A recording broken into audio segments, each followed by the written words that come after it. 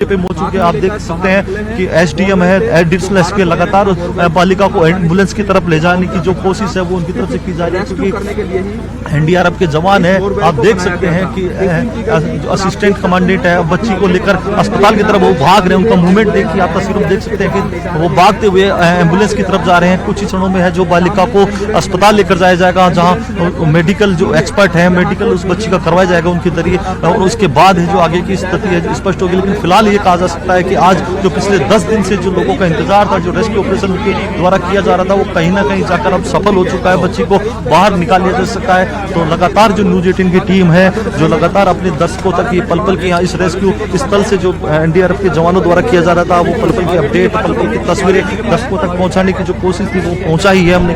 तो कहा जा सकता है कि आज वो रेस्क्यू ऑपरेशन पूरा हो चुका है। फिलहाल जो उस बच्ची को है जो वहाँ जिला अस्पताल में लेकर जाया जा चुका है।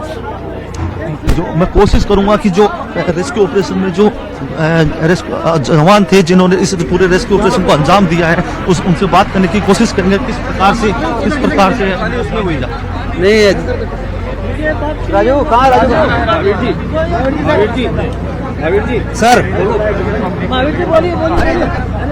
सर राजू खान कैसी आपने क्या परेशानी थी, कहाँ कैसे फंसी थी? कोई नहीं लाएगा। हमारा ये जो बोरवेल था उसी में बच्ची फंसी हुई थी। बड़ी मुश्किल से धीरे धीरे हाथ से वो मिट्टी को साइड करके उसको निकाला। परेशानी की कोई बात नहीं है, क्योंकि ये हमारी अपनी बहन, अपनी बेटी, उसके लिए हम जान भी दे देंगे। इसमें परेशानी वाली कोई बात नहीं है। नहीं, निश्चित तौर पर आपकी टीम ने बड़े मुश्किल हालात में काम किया है। मुश्किल हालात में आपकी टीम ने काम किया है। आप ये जो बच्ची फंसी थी वो एक जो कुर्सी बनी 7 इंच वाले और 11 इंच वाले जो जोड़ था उसका चौड़ाई कम हो जाती है, वहीं पर वो बच्ची थी। कैसे फंसी? थोड़ा चौड़ा कैसे फंसी थी? आप कैसे उसको डिस्कस करें? ये जो बोरवेल था जहाँ बच्ची फंसी हुई थी उसी जगह से वो बोरवेल टिल्ट था थोड़ा। इसकी वजह से जैसे बच्ची सीधा ही कहीं जाते जाते एकदम बोरवेल टिल्ट हुआ और वहीं वो फंस गई। उसके साथ में जो मिट्टी आई, इसमें और कोई भी नहीं, सिर्फ मिट्टी के कंकड़, गीली मिट्टी के साथ, और उसके जो कपड़े थे वही फंसे हुए थे। अंगुली से धीरे धीरे हमने मिट्टी को चारों तरफ से हटाते गए और धीरे धीरे हमने अपनी गोद में अपनी बहन को, अपनी बिटिया को लेके आए। जिस तरह नीचे पत्थर था, जहाँ जो पैर थे उसके आसपास पत्थर थे? नहीं, हाँ, हर कुछ पत्थर हम जब वो पूरी मतलब पत्थरों में फंसी हुई थी। धीरे धीरे हमने नीचे से पत्थरों को काटते गए, जो कि हमारे साथी जितने भी थे वो उन्होंने धीरे धीरे पत्थरों को काटते गए और धीरे धीरे आगे बढ़ते गए। उसी हिसाब से फिर बॉडी का ऊपरी हिस्सा जो था वो मिट्टी में था, पूरा पत्थरों में ही साइड था। जो बोरवेल है उस बोरवेल को काट के साइड के पत्थरों को निकाला, जैसा कि हमारे सीनियर अधिकारी मीना सर के आदेश निर्देश के अनुसार और जो हमारे साथी है उनके सहयोग से ये हम पूरा कर पाए। आपकी टीम ने बहुत मेहनत की, लेकिन ये कैसे बताएंगे कि जो बोरवेल पुराना वाला बोरवेल था उसमें से कैसे नहीं निकाल पाए हम?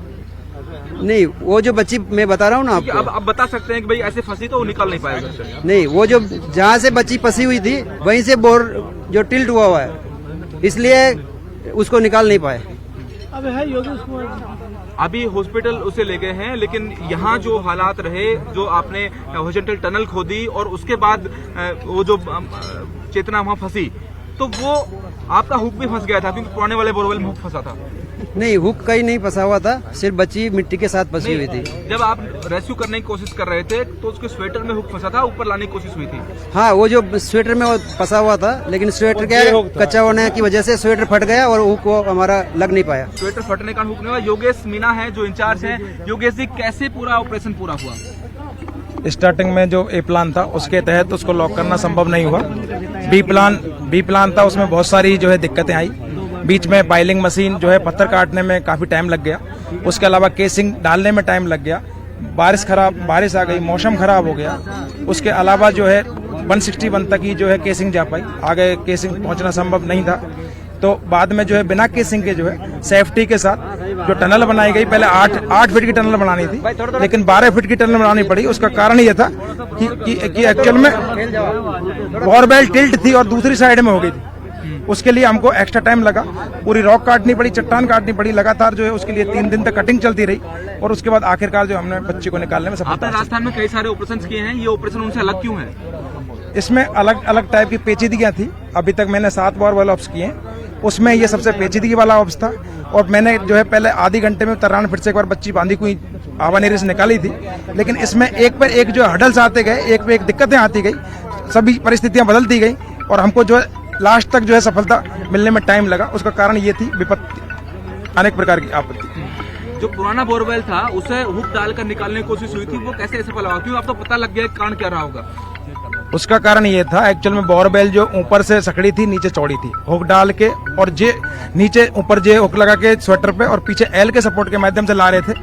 उससे दिक्कत ये हुई कि ये कपड़े लूज थे और जैसे ही ऊपर लाए तो उस जो पर्टिकुलर कंजेस्टेड जो बोरवेल थी उसमें लाना संभव नहीं हुआ और उस जगह जो है जे हुक रिलीज हो गया और उसके बाद जो है ऊपर नहीं ला सके। अगर जे हुक रिलीज नहीं होता, बोरवेल थोड़ा सीधा होता तो एक संभावना थी कि दूसरे दिन हम निकाल पाते। बिल्कुल संभावना थी, हम पहली रात को ही जो है बच्चे को निकाल पाते। जो दूसरा बोरवेल बनाया गया था उसमें भी दिक्कत आई थी कि वो पूरी केसिंग उसकी नहीं कर पाए आप लोग। दूसरी बोरवेल बनाई थी उसमें बहुत सारी दिक्कतें आई थी। एक तो 150 फीट से लेकर 175 फीट के बीच में पूरा स्टोन था, पाइलिंग मशीन ने काटने में 36 घंटे लगा दिए। इसके अलावा दूसरा ये रहा कि बरसात हो गई, 1.5 दिन तक बरसात होती रही, बेल्डिंग करना मुश्किल हो रहा था जिससे केसिंग डालने में संभव टाइम लगा। इसके अलावा जो है जैसे केसिंग डल गई तो बोरवेल जो है टिल्ट निकला और पूरी केसिंग 161 फीट तक ही जा पाई, 171 फीट तक नहीं गई। उस 10 फीट के कारण ऊपर से केसिंग काटनी पड़ी और दोबारा उसको हैंग करना पड़ा और उसके बाद जो ऑपरेशन स्टार्ट किया। अब इस ऑपरेशन में आप देख सकते हैं कोई ऐसी चूक हुई हो कि अगर ये और करते तो और अच्छा हो सकता था।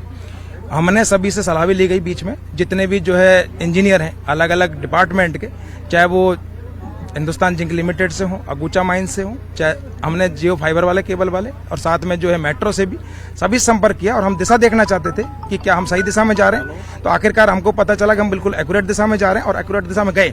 लेकिन बोरवेल टिल्ट था इसका पता बाद में चला जब हम जो है 9 फीट तक पहुंच गए, फिर भी बोरवेल नहीं आया। 9.5 फीट तक पहुंच गए, फिर भी बोरवेल नहीं आया। तो आखिरकार जो है ये टाइम लगा, बोरवेल के टिल्ट होने के कारण लगा। जो फर्स्ट बोरवेल बना, जैसे ही स्टोन आता है, जो स्टोन बिट होती है वो जहां लूज स्टोन होता है उसी जगह पे ये शिफ्ट हो जाता है। ये पत्थर की नेचर है। और तो जैसे ही दोनों साइड में बोरवेल टिल्ट होने की वजह से 1.5 फीट हम इससे दूर हो गए और बोरवेल जो एक्चुअल बोरवेल था वो दूसरी दिशा में होने की वजह से हमको 4 फीट एक्स्ट्रा खोदना पड़ा और 8 की जगह 12 फीट हमको जो है पत्थर काटना पड़ा, जो कि एक बहुत चैलेंजिंग टास्क था।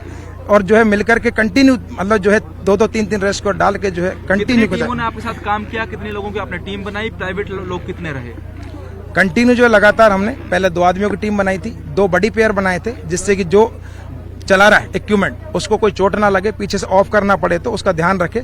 बाद में हमको लगा कि इसमें स्टोन काटने में ज्यादा टाइम लग रहा है तो हमने जो है 3 आदमियों की टीम बनाई। जैसे जैसे सुरंग में आगे बढ़ते गए उसमें 2 रेस्क्यूअर काम कर रहे थे, एक जो है पीछे उनकी सेफ्टी के लिए, कम्युनिकेशन के लिए और जो है उसमें पीछे खड़ा हुआ था। बाद में स्थिति कैसी रही? जैसे आपने निकाला लास्ट में तो क्या स्थिति थी बालिका की? देखो बालिका की स्थिति अनकॉन्शियस थी, आगे उसको मेडिकल टीम बता पाएगी कि किस प्रकार का जो है हालात रहे। एक तरीके से प्लास्टिक के कट्टे में पैक किया गया तो उससे तो कहीं संभवतः कोई अनहोनी लग रही है। नहीं, प्लास्टिक के कट्टे में नहीं पैक किया गया था, एक्चुअल में कंबल में पैक करके लाए हैं जिससे कि टेम्परेचर डिफरेंस है उसकी वजह से क्या हो सकता है आगे जो है जो चेकअप करने के बाद मेडिकल ऑफिसर जो है उनकी मेडिकल टीम है जो डिस्ट्रिक्ट लेवल पे होती है वो आगे बता पाएगी। कि टीम ने देखा तो बॉडी की हालत कैसी थी? ठीक लग रही थी या कोई अनकॉन्शियस टाइप में है? जैसे बॉडी एक्चुअल में जब 7-8 दिन तक कोई भी आदमी एक जगह रहेगा तो बॉडी की हालत वैसे ही बिगड़ जाती है। तो पहले के बजाय तो बॉडी में जो है एक्टिव मतलब जो एक्टिवनेस क्या कहें मतलब जो है मूवमेंट तो नजर नहीं आ रहा था, बाकी तो जो मेडिकल टीम बता देगी। बिल्कुल अभी मेडिकल टीम बताएगी। ये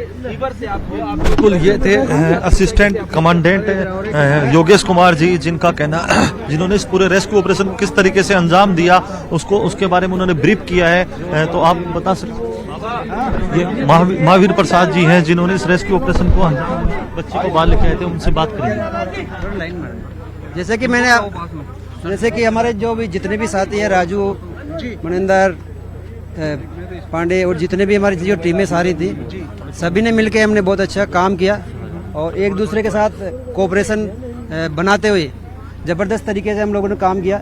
हम मतलब जिस तरह एक भाई होता है एक दूसरे की मदद करता है मुसीबत के समय में, वो एक जो टीम भावना होती है उस टीम भावना के साथ हमने बिल्कुल आगे बढ़ते गए। हर कदम पे कभी भी हमने हौसला नहीं हारा। एक जितना में टारगेट दिया गया था शुरू में 8, हमने वहाँ तक पहुँचे, फिर 9 पहुँचे, 10 पहुँचे, 11 पहुँचे, 12 पहुँचे, लेकिन हमारी टीम ने कभी भी हिम्मत नहीं हारी और उसी का नतीजा है कि आज हमने अपनी बहन को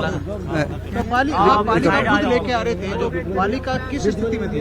बालिका जो बोरवेल था जहाँ फंसी हुई थी वहीं से टिल्ट हो रखा था बोरवेल, इसकी वजह से वो वहीं फंसी थी। इसलिए और जो हमने शुरू में प्रयास किया था तो उसमें वो हुक उसके कपड़ों में फंसा हुआ था, उसके कपड़े कमजोर होने की वजह से वो हुक जो कामयाब नहीं हो पाए। बॉडी पे चोट के निशान और ऐसा कुछ आपको नहीं, बॉडी पे ऐसा कोई निशान नहीं है। बॉडी इतने दिन होने के बावजूद भी एकदम बॉडी सेफ थी। बिल्कुल, ये है असिस्टेंट सब इंस्पेक्टर एएसआई है महावीर प्रसाद, जिन्होंने इस पूरे रेस्क्यू ऑपरेशन को उनसे हम बात करने की कोशिश करेंगे कि किस प्रकार से उन्होंने इस रेस्क्यू ऑपरेशन को अंजाम दिया है।